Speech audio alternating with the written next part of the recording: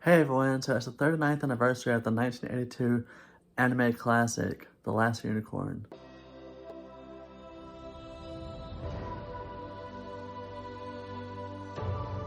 I want to know who she is. The Last Unicorn.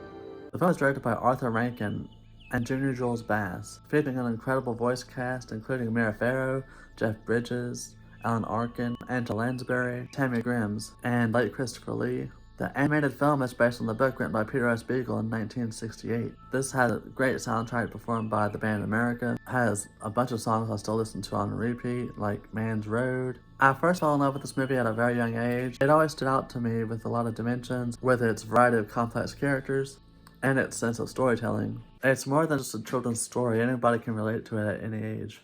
With its very mature subject matter throughout, the only comedy we get is the butterfly, which honestly is the only thing I felt that's out of place compared to the rest of the tone. A unicorn travels the ends of the earth and hopes to find someone like her, believing that she's in fact the last unicorn. It's a journey of survival and self-discovery, as a spell to attempt to save her traps her in this human body. There she dwells and eventually falls for a prince, becoming the first of her kind to ever experience sorrow, regret, and even love. As she's turned, her innocence and purity is, taken away from her. It has different volumes to that, and themes, take it how you want it. She begins to question her own morality. I think that anyone can relate to. And as if that's not enough, it's also an anime fairy tale. It captures beautiful landscapes of its time period. It's just really beautifully hand-drawn. Its compelling storytelling makes it the best of its kind. It focuses on self-discovery, it's poetic, and fills your imagination, with some visually and breathtaking voice performances by the cast, and its quality of film and animation, one that's very rarely measured up to. Since this is underrated, I wouldn't mind seeing a remake, just to boost the popularity of the original. If it's directed by Peter Jackson, the director of Lord of the Rings, I think it'd be great since they would have similar storylines, stylized tone, and the score would be amazing. And both follow similar territories, carrying a heavy burden of some sort. Really colorful characters that have a lot of depth to them. Especially that scene with Molly Green where she first sees the unicorn, later becomes Amalthea. She mentions very dramatically, how dare you come to me now?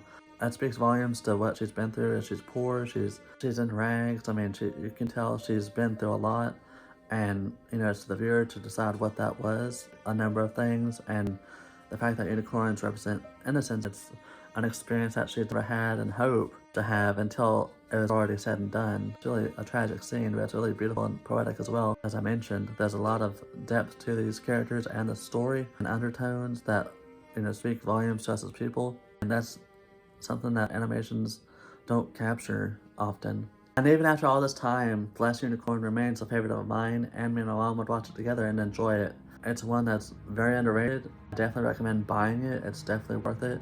It's simply magic. That's my review for The Last Unicorn.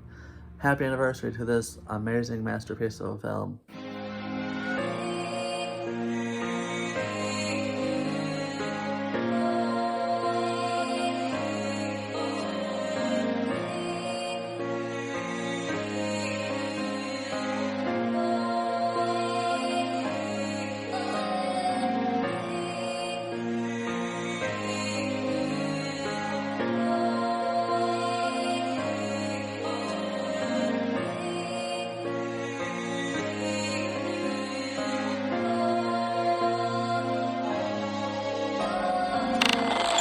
Thank you for watching, and please subscribe.